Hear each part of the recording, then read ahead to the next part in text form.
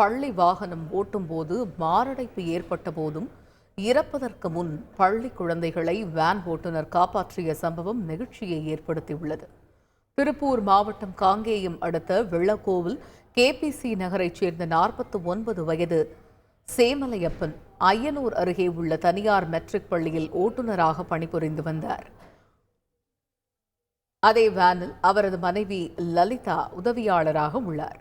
இந்த நிலையில் வேன் கோவை திருச்சி தேசிய நெடுஞ்சாலையில் சென்று கொண்டிருந்த போது அவருக்கு திடீரென மாரடைப்பு ஏற்பட்டது. இருந்த போதிலும் வேனை சாலை ஓரம் ஒரு வழியாக நிறுத்திவிட்டு ஸ்டியரிங்கிலேயே மயங்கி விழுந்து உயிரிழந்தார்.